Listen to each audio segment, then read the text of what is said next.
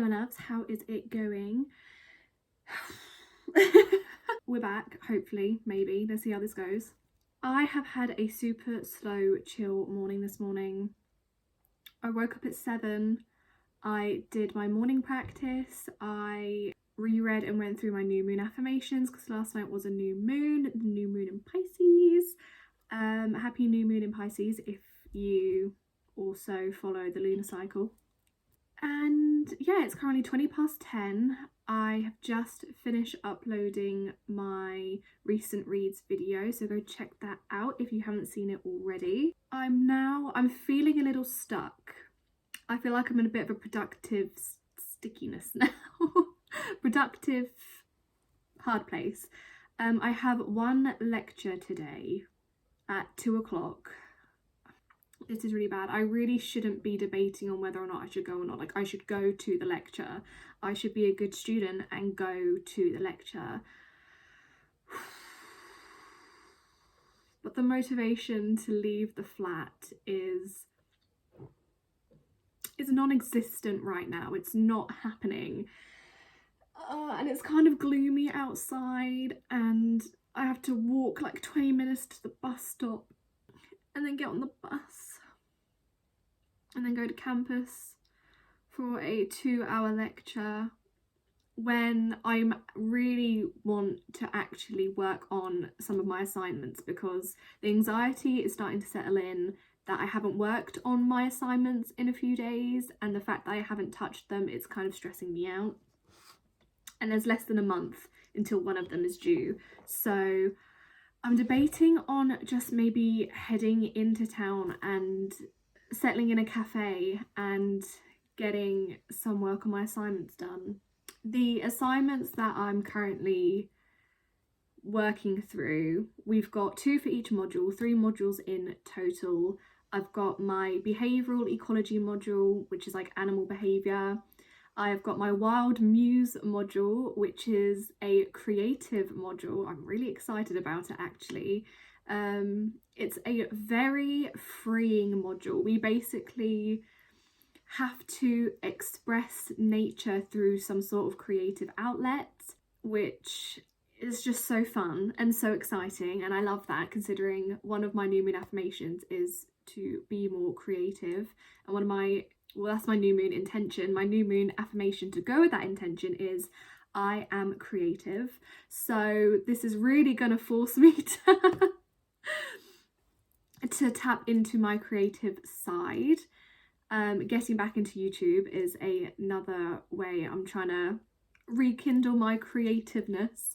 There's that, and one of the things, so we have to like do a sketchbook alongside our assignment, and the sketchbook is our like process of creating our overall assignment. So I just went to Tiger and got myself just a plain black sketchbook, just empty pages at the moment.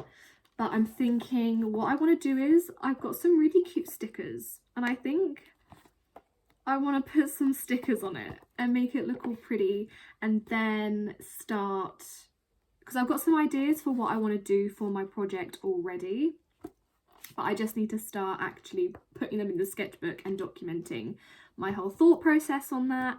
So that is what I'm thinking I want to do, get started today. I actually wrote it down in my daily diary that I want to, can you see that? Start Wild Muse sketchbook. So the other module I'm doing is called Biology in Society, and for that one we need to think of like a blog post that we need to write that is related to biology in society, and I have no idea what I want to do for my blog post, so I would love to get just an idea figured out today. That would also be great. And I also need to work on my habitat proposal for my behavioural ecology module. We basically choose a species that is of conservation concern and we design a ex situ habitat for it, and we have to take into account the behavioural ecology of the species and how our habitat would help that species while also supporting its behavioural ecology. So I have got ideas. I am doing the black-legged dart poison frog. And I think I've gotten like the background info. There he is, there's my little black-legged poison dart frog, and I've literally just been like writing about the habitat, its threats, and like bullet pointing its behavioural ecology, which is obviously key information. And we basically need to use all of this information that we gathered together to design a suitable habitat. So yeah, that is kind of a mini rundown of second semester and what is expected. The assignments for my second semester. So I'm just trying to figure out if I'm going to go to campus and go to the lecture. I really should. If you are a uni student, do not use me as an example. Go to your lectures. I've had breakfast, it was so good. I've really gotten it, I mean, I've only had it twice, but I saw these recipes for overnight Weetabix. Well, at first they were like overnight oats, and I was like, that looks really cool. And then I came across overnight Weetabix, and I like Weetabix more than oats. So I was like, I'm going to try these overnight Weetabix, and they are delicious. I've only been doing just Weetabix and vanilla yogurt, but now that I know that I do actually like it, I want to do a little bit more experimenting. I saw a Biscoff one. I love Biscoff so much. So that was yummy. And I've also got lunch prepped as well because it was leftovers from last night, which was a tomato sauce pasta with garlic bread. It was so yummy. So I'm feeling pretty, it's weird, I'm feeling kind of weird. I'm feeling very put together, but I'm also feeling very lost. Don't know if that makes any sense whatsoever, but I think what I need to do is, one, I need to figure out if I'm going to make my way to campus or not. Okay, it's 10:30 now. I am going to pack my bag for uni, get all my stuff together. I am going to bring my sketchbook and my stickers and some other bits and bobs, and I'm going to start filling this out. And I want to think of a blog post idea, maybe even email my lecturer and see what they think, if they've got any ideas, and maybe start prepping or designing this ex situ habitat for my black-legged poison dart frog. Or, okay, I'm about to absolutely butcher this. Philobates bicolor. Okay, maybe I didn't butcher it. That's the scientific name for my species. Okay, I'm feeling kind of good about that plan. Yes, we'll go to campus, we'll go to the library, we'll start doing some work, and we'll go from there. We will go from there. Okay, yes, perfect. Let's pack our bag and get going. Slight change of plan. I'm not going to campus. I have started my Wild Muse sketchbook here, made myself a cup of tea, and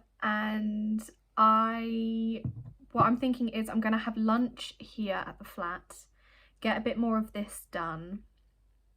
I have some ideas, but I need to pop into town to get some bits. Is that an excuse to literally go buy stickers? Maybe. But I'm happy that I've at least started it, and I also want to think of my blog post idea before heading out. But what I did want to quickly come on and say is basically I'm watching a vlog of a YouTuber that I watch. It's her early spring in the English countryside vlog, and she was talking about like the books that she's currently reading, and she was reading some fantasy books, and she was talking about how she has really gotten into the Mistborn series. And I feel like it's just a bit of a sign for me to start the Final Empire, because I was literally talking about it in my recent reads video about how I've been feeling like it's time for me to pick that book up.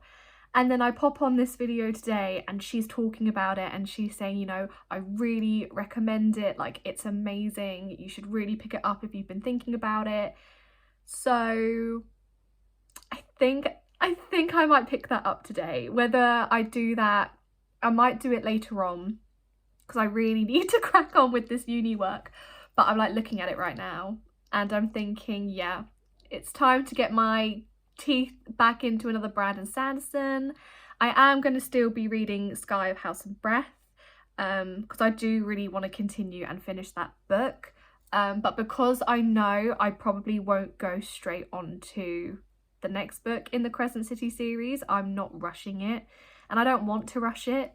So I think I might go on to Mistborn. And I have actually written out a Brandon Sanderson reading list. I've done my research and I've written the reading order of what I think is the best way to read his works. So next one is Mistborn Book 1, Final Empire.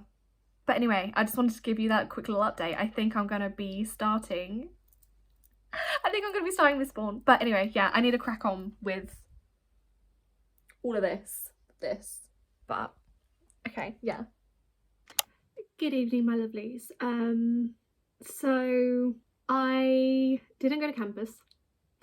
I did do more of my sketchbook, so I'm happy with that. And I actually ended up sending an email to my lecturer because I'm struggling to come up with ideas for one of my assignments. So, oh gosh, my fringe looks crazy. Let's ignore that, shall we? Okay.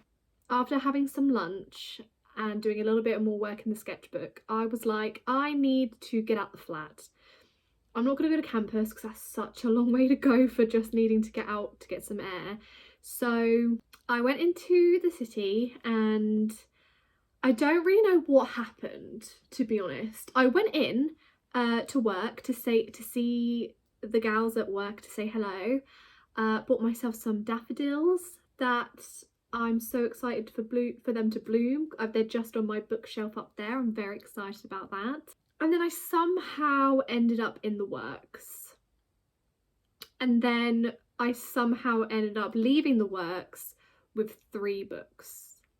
So I thought I would share those 3 books with you. This was completely unintentional, unplanned, but here we are. So the first book that I say caught my eye, I've been seeing it around on Bookstagram, and every time I go into the works, my eyes always kind of gravitate towards it. So I was like, you know what? I'm gonna get it. Screw it, I'm gonna get it. And that is Powerless by Lauren Roberts. I read the back of this and it sounds very interesting. The elites have possessed powers for decades, gifted to them by the plague, while those born ordinary are just that, banished from the kingdom of Ilya, and shunned from society. No one knows this better than Payden Grey, an ordinary posing as a psychic to blend in with the elites. When she unsuspectingly saves one of I'm going to say Ilya's because that sounds more right, princes, Kai Azar, she's thrown into the purging trials, a brutal competition showcasing the elite's powers. It's kind of giving Hunger Games. It's kind of giving fantasy Hunger Games. If the trials and the opponents within them don't kill her, the prince she's fighting feelings for will if he discovers what Payden is. Completely ordinary. Yeah, it's giving fantasy Hunger Games, which is quite exciting. And I didn't read any reviews, I just quickly did a quick Google search to see what the rating is, and it is very highly rated. So, and it was £5. It was kind of a bit of a no-brainer, to be honest. So I am quite looking forward to trying this, actually. And I think it's a trilogy, or it plans to be a trilogy. Yep, epic. Oh wait, the first in the epic and sizzling fantasy romance trilogy. The next book has been on my radar for a while, and again, it's one of those that I always kind of look at whenever I go in there, but just never walked away with it until today. And that is God Killer by Hannah Kanna. I'm sorry if I'm butchering your last name. First off, the cover is stunning. The cover is absolutely gorgeous. But this is another like fantasy. I'm so bad with words at the minute. My brain has completely frazzled. It's like assassin falls in love with the person they're trying to assassinate kind of thing. What does it say? As a child, Kisen saw her family murdered by a god. Now gods are forbidden, but they still wander the kingdom demanding worship and sacrifice. Kisen makes a living killing them and enjoys it, until she meets a god she cannot kill. Skedi, the god of white lies, has bonded his soul to a young noble girl, and Kisen can't kill him without ending the girl's life. Kisen reluctantly agrees to travel to the ruined city of Blenradin to demand aid from the last wild gods. But the city of the gods is no place for a god killer. Book 1 of the Fallen Gods trilogy. Again, it's giving enemies to lovers, fantasy, assassin, forbidden, falling for the enemy vibes. But I didn't look up the ratings for this one, so I don't know what the general vibe is, but hopefully it's a good one. And the last book that I got, I really wanted to get this book in the summer, and I did a book shopping vlog, and I really wanted to get one of these authors' books, but I knew the works sold them, so I refused to like pay full price. I know that's really bad, but I did not want to get it from Waterstones or anything because I knew I could get it for cheaper. But clearly this author's work was extremely popular in the summer and I couldn't find it anywhere until today. And I thought to myself, screw it, let's get this one now, and if we enjoy it we can go back and get the other one that was there. Kind of kicking off the summerness, I say, well, summer is spring, but summer vibes, very early for summer vibes, but okay. We've got Book Lovers by Emily Henry. I have never read an Emily Henry, and I really wanted to read one of her books in the summer, but alas, none of the works that I went in had it. And when I saw it in there today, I just was like, I should probably get this now. They also had one of her other books in there. I want to say it was You and Me on Vacation. I think they also had that in there, but I didn't want to jump the gun and get both of them and then end up not liking her writing or anything. However, I highly doubt that because her books are absolutely everywhere and people absolutely rave about them. So I highly doubt that I won't like this, especially since they've got people like Taylor Jenkins Reid saying how good it is. I'm pretty sure Ali Hazelwood, yep, is on the back as well. I'm looking forward to this. However, I don't know if I'll pick this up until the summer, but I could be wrong. I might pick it up earlier, who knows, but I'm very much looking forward. I don't even know what this is about. What is it? I don't even know what this is about. I think this is an enemies to lovers. Nora is a cutthroat literary agent at the top of her game. Her whole life is books. Charlie is an editor with a gift for creating bestsellers, and he's Nora's work nemesis. So it's an enemies to lovers. Nora has been through enough breakups to know she's the one men date before finding their happily ever after. To prevent another dating dud, Nora's sister persuades her to swap her city desk for a month's holiday in Sunshine Falls. It's a small town straight out of a romance novel, but instead of meeting sexy lumberjacks, handsome doctors, or cute bartenders, Nora keeps bumping into Charlie. Okay, this sounds like fun. I'm looking forward to reading my first Emily Henry. It's gonna be so exciting. So we look at the difference. We got this nice, happy ghost, like sunshiny book, and then these two like dark fantasies. Love it. So I didn't intend to spend money on books today, But it happened, and you know what? I'm happy about it. I'm not even sorry about it. I'm happy about it. I think I'm gonna watch some booktube. I'm feeling so bookish now. It's great. I'm gonna watch some booktube. What is the time? It's 20 to 8. So it's not even that late, which is great. Oh, you know what? I might even read. I might even read.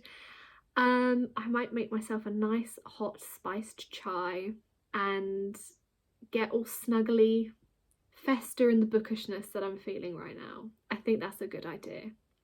Yeah, I think that's what I'm gonna do. So yeah, I'm gonna stop recording now and go do that.